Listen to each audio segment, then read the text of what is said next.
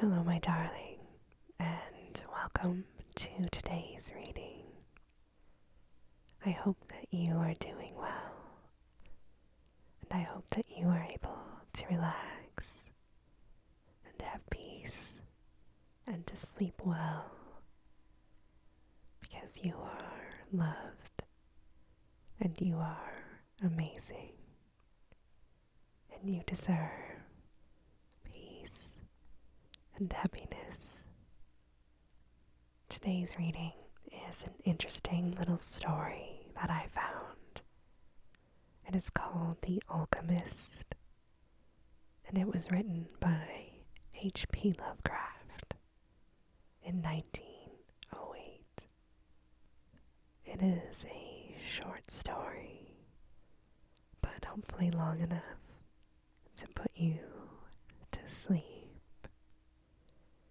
So go ahead and close your eyes and relax while I read to you.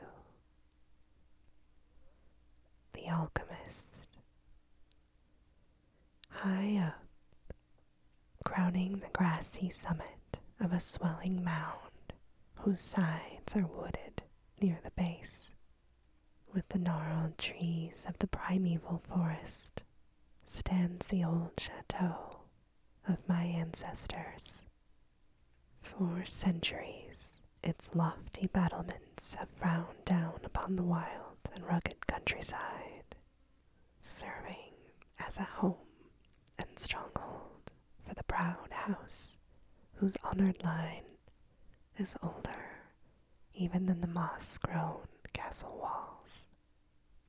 These ancient turrets, stained by the storms of generations and crumbling under the slow yet mighty pressure of time, formed in the ages of feudalism one of the most dreaded and formidable fortresses in all of France.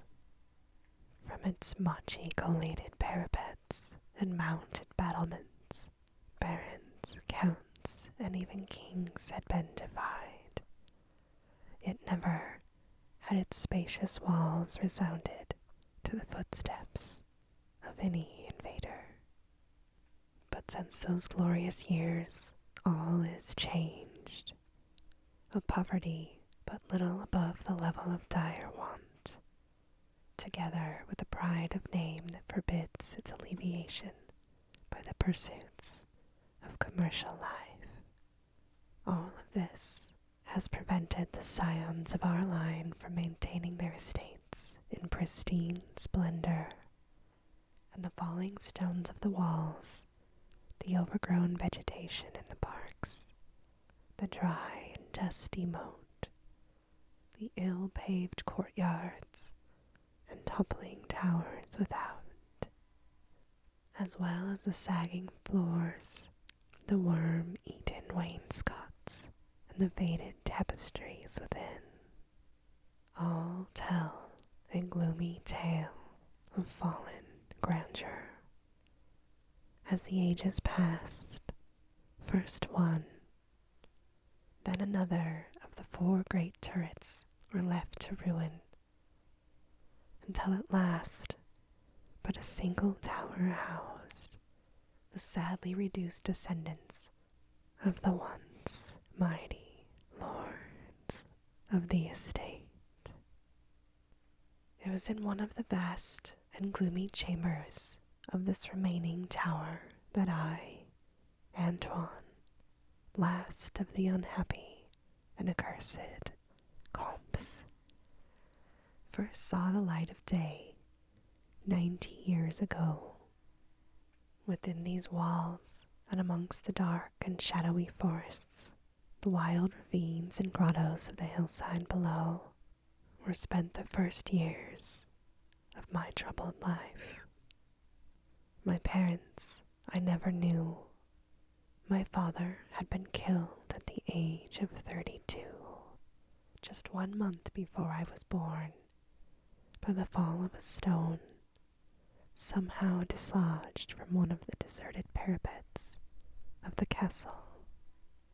and my mother having died at my birth, my care and education devolved solely upon one remaining servitor, an old and trusted man of considerable intelligence, whose name I remember as Pierre.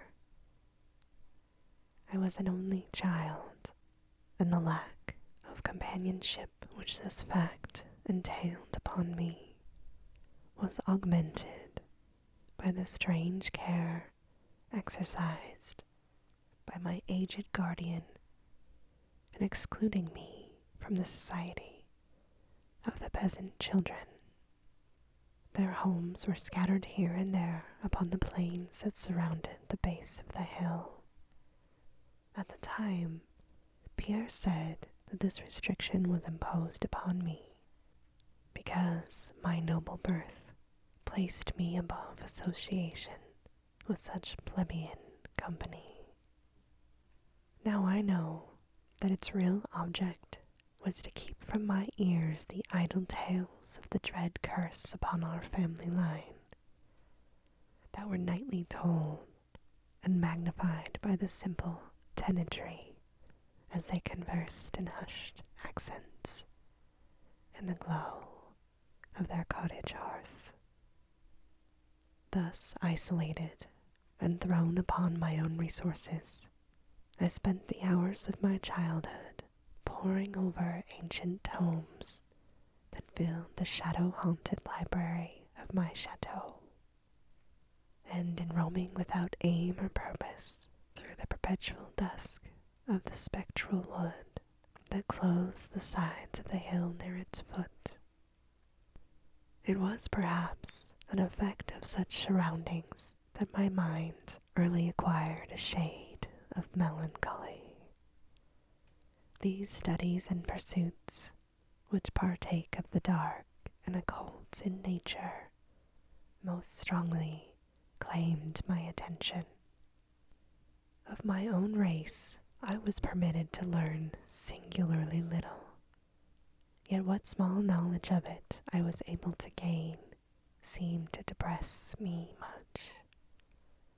Perhaps it was at first only the manifest reluctance of my own preceptor to discuss with me my paternal ancestry, which gave rise to the terror which I ever felt at the mention of my great house. Yet, as I grew out of childhood, I was able to piece together disconnected fragments of discourse, yet slip from the unwilling tongue, which had begun to falter in approaching senility, all of which had a sort of relation to certain circumstance which I always deemed strange, but which now became dimly terrible. The circumstance to which I allude is the early age at which all the comtes of my line had met their end. Whilst I had hitherto considered this but a natural attribute of a family of short-lived men, I afterward pondered long upon these premature deaths, and began to connect them with the wanderings of the old man, who often spoke of a curse which for centuries had prevented the lives of the holders of my title from much exceeding the span of 32 years. Upon my 21st birthday, the aged Pierre gave to me a family document which he said had, for many generations, been handed down from father to son, and continued by each possessor. Its contents were of the most startling nature, and its perusal confirmed the gravest of my apprehensions. At this time, my belief in the supernatural was firm and deep-seated, else I should have dismissed with scorn the incredible narrative unfolded before my eyes.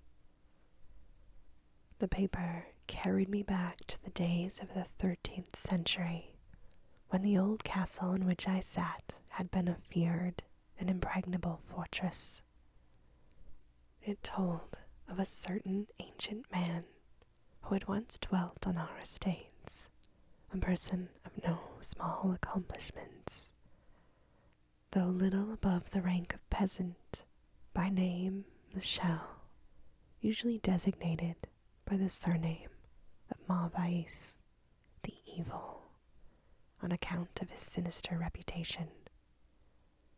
He had studied beyond the custom of his kind, seeking such things as the philosopher's stone or the elixir of eternal life, and was reputed wise in the terrible secrets of black magic and alchemy.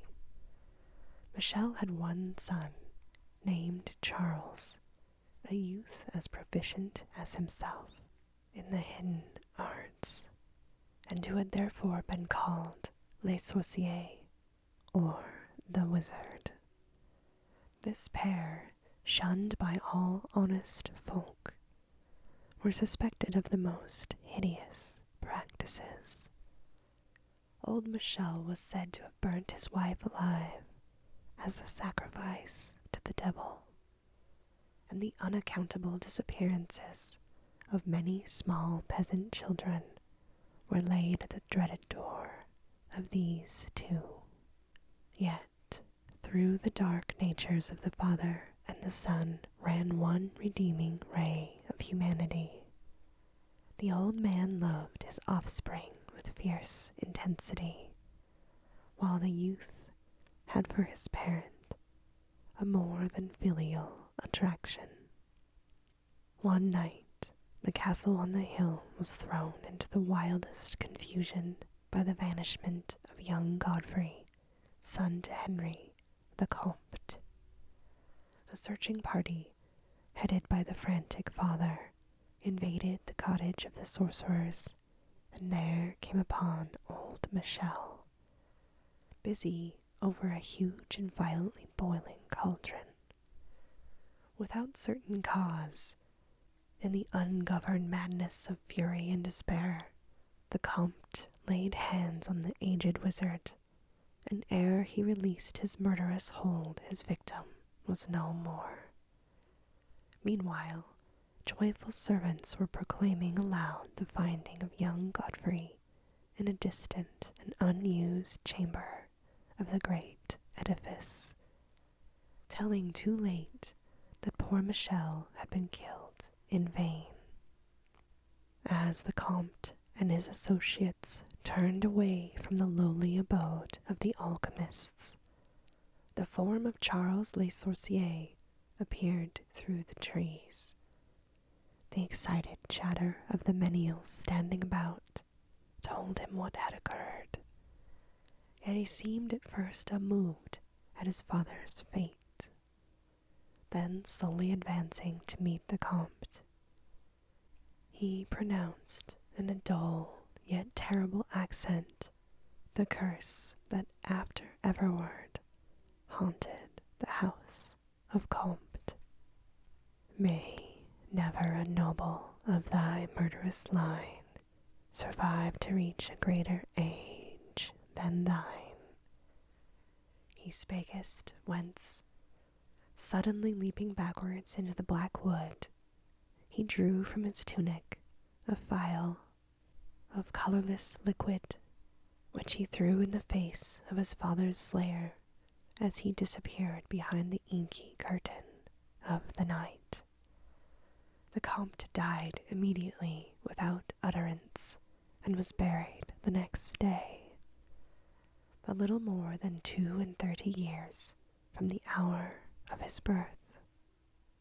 No trace of the assassin could be found, though relentless bands of peasants scoured the neighboring woods and the meadow land around the hill.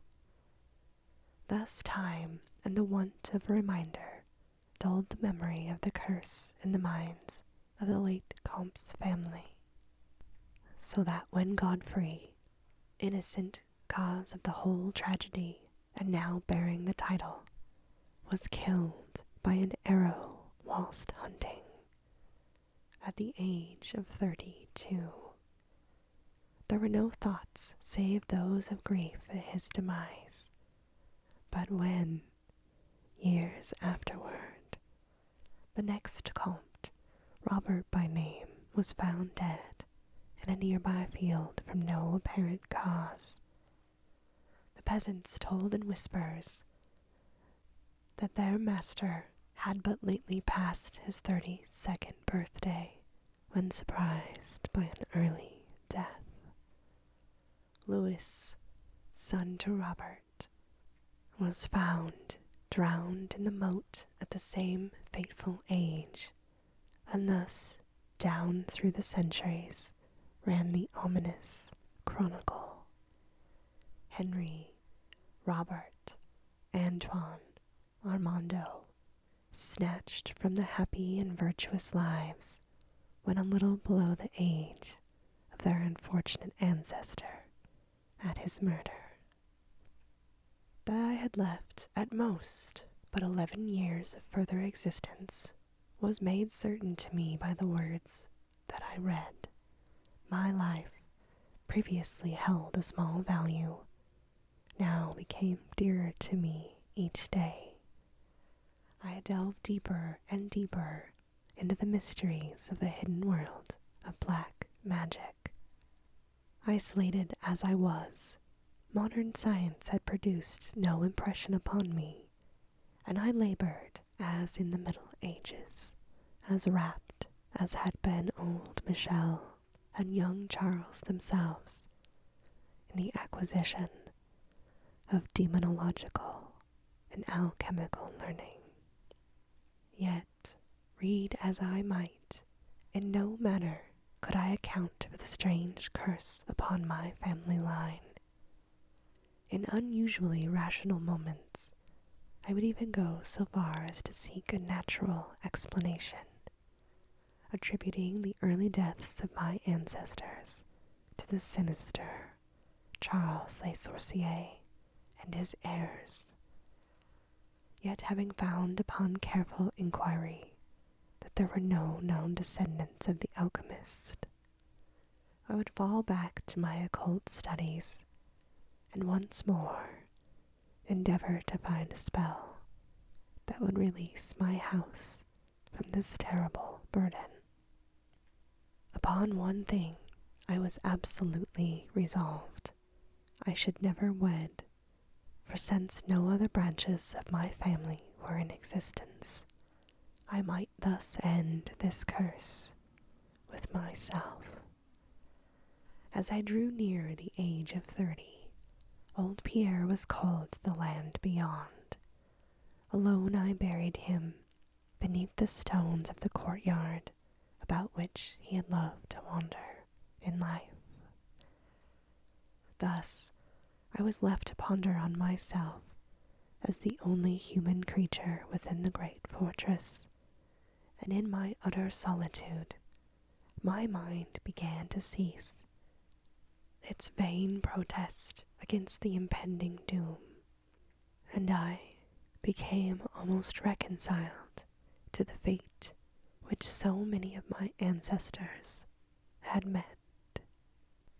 Much of my time was now occupied in the exploration of the ruined and abandoned halls and towers of the old chateau, which in youth fear had caused me to shun, and some of which old Pierre had once told me had not been trodden by human foot for over 4 centuries. Strange and awesome were many of the objects I encountered. Furniture, covered by the dust of ages and crumbling with the rot of long dampness, met my eyes. Cobwebs, in a profusion never before seen by me, were spun everywhere, and huge bats flapped their bony and uncanny wings on all sides of the otherwise untenanted gloom. Of my exact age, even down to days and hours, I kept a most careful record.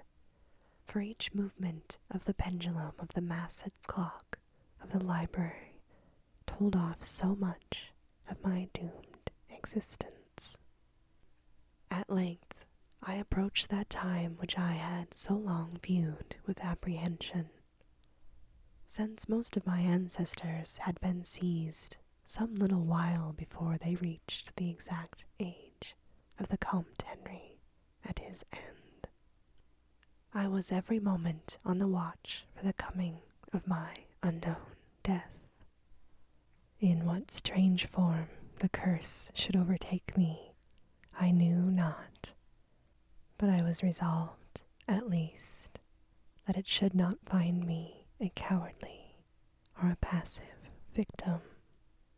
With new vigor, I applied myself to my examination of the old chateau and its contents.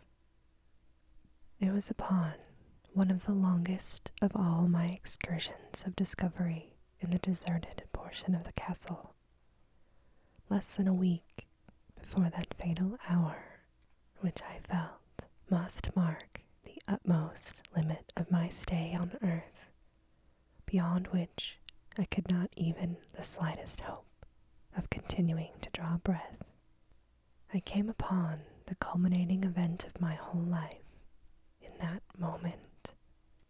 I had spent the better part of morning in climbing up and down half-ruined staircases in one of the most dilapidated of the ancient turrets. As the afternoon progressed, I sought the lower levels, descending into what appeared to be either a medieval place of confinement or a more recently excavated storehouse for gunpowder. As I slowly traversed the niter-encrusted passageway at the foot of the last staircase, the paving became very damp, and soon I saw, by the light of my flickering torch, that a blank, water-stained wall impeded my journey. Turning to retrace my steps, my eye fell upon a small trapdoor with a ring, which lay directly beneath my feet. Pausing, I succeeded with difficulty in raising it, whereupon there was revealed a black aperture. It exhaled noxious fumes, which caused my torch to sputter, and disclosing in the unsteady glare the top of a flight of stone steps. As soon as the torch, which I lowered into the repellent depths, burned freely and steadily, I commenced my descent. The steps were many, and led to a narrow stone-flagged passage which I knew must be far underground. This passage proved of great length, and terminated in a massive oaken door. It was dripping with the moisture of the place, and stoutly resisted all of my attempts to open it. Ceasing after a time my efforts in this direction, I had proceeded back some distance towards the steps, when there suddenly fell to my experience one of the most profound and maddening shocks capable of reception by the human mind. Without warning, I heard the heavy door behind me creak slowly open upon its rusted hinges. My immediate sensations are incapable of analysis. To be confronted in a place as thoroughly deserted as I had deemed the old castle, with evidence of the presence of man or spirit, produced in my brain a horror of the most acute description.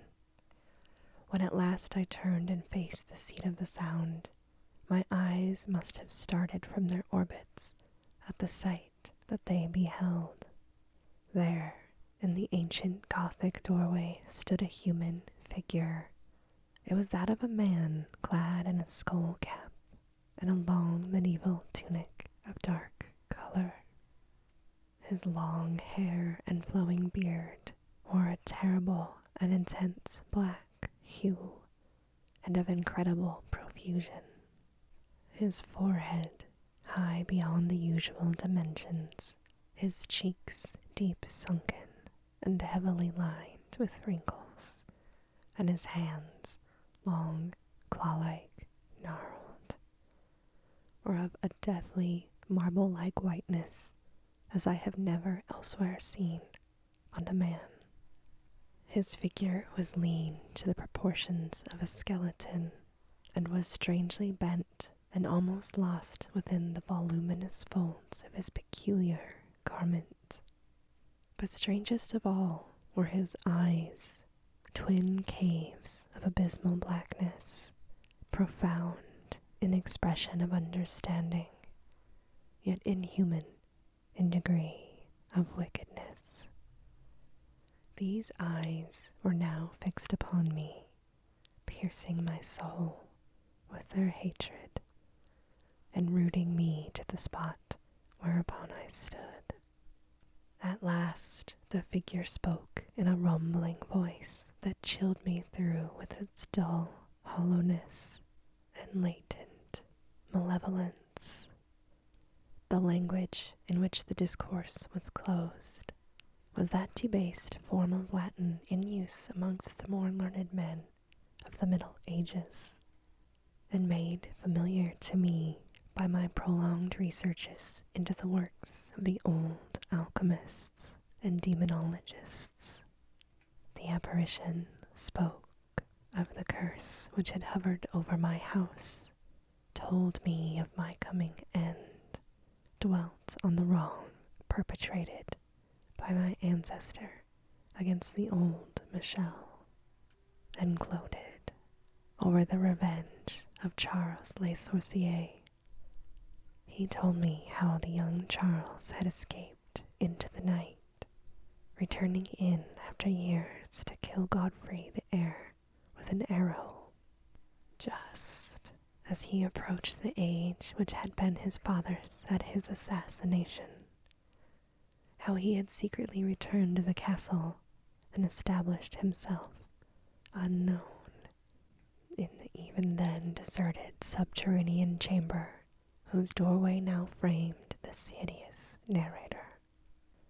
How he had seized Robert, son of Godfrey, in a field and forced poison down his throat and left him to die at the age of 32.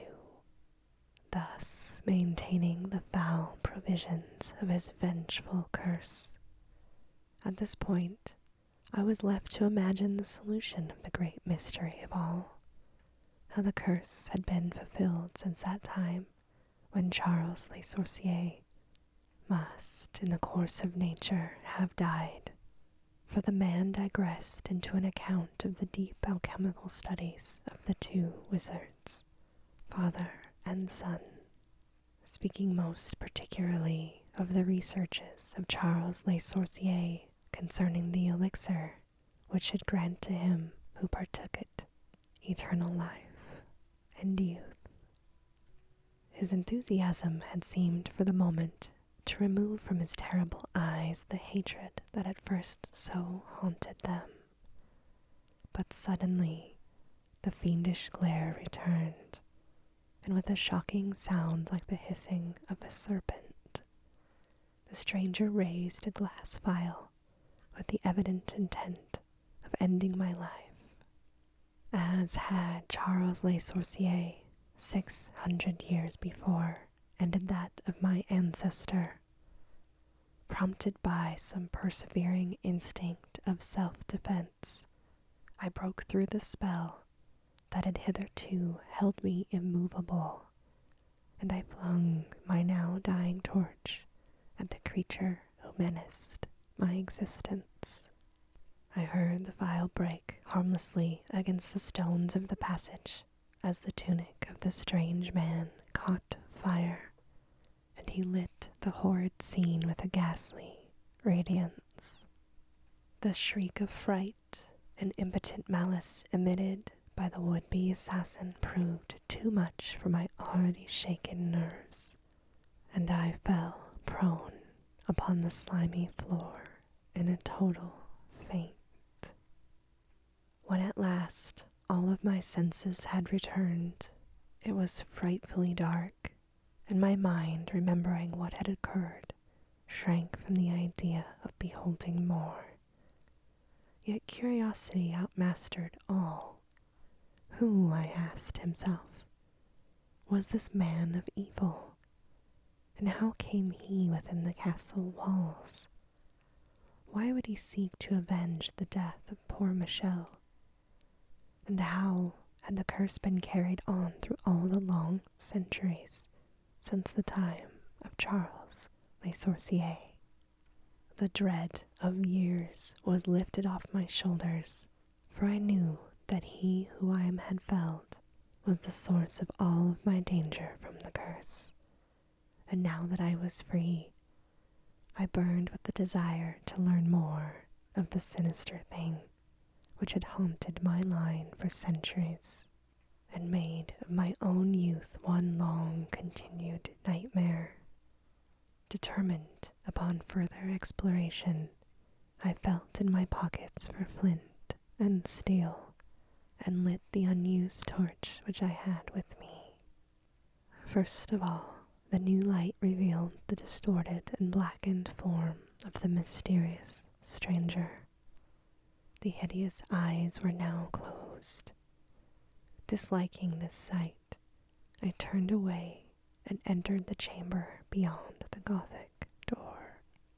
Here I found what seemed much like an alchemist's laboratory. In one corner was an immense pile of shining yellow metal. It sparkled gloriously in the light of the torch. It may have been gold, but I did not pause to examine it, for I was strangely affected by that which I had undergone. At the farther end of the apartment was an opening leading out into one of the many wild ravines of the dark hillside forest. Filled with wonder, yet now realizing how the man had obtained access to the chateau, I proceeded to return. I had intended to pass by the remains of the stranger with averted face, but as I approached the body, I seemed to hear, emanating from it, a faint sound, as though life were not yet wholly extinct. Aghast, I turned to examine the charred and shriveled figure on the floor. Then, all at once, the horrible eyes, blacker even than the seared face in which they were set, opened wide with an expression which I was unable to interpret. The cracked lips tried to frame words which I could not well understand. Once I caught the name of Charles Le Sorcier, and again I fancied the words years and curse issued from the twisted mouth. Still, I was at a loss to gather the meaning of his disconnected speech. At my evident ignorance of his meaning, the pitchy eyes once more flashed malevolently at me until, helpless as I saw my opponent to be, I trembled as I watched him. Suddenly, the wretch, animated with his last burst of strength, raised his hideous head from the damp and sunken pavement.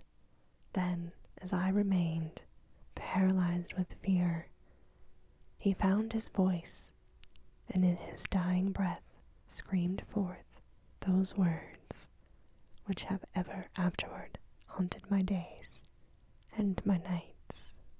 "Fool," he shrieked, "can you not guess my secret? Have you no brain whereby you may recognize the will which has through 6 long centuries fulfilled the dreadful curse upon your house? Have I not told you of the great elixir of eternal life? Know you not how the secret of alchemy was solved?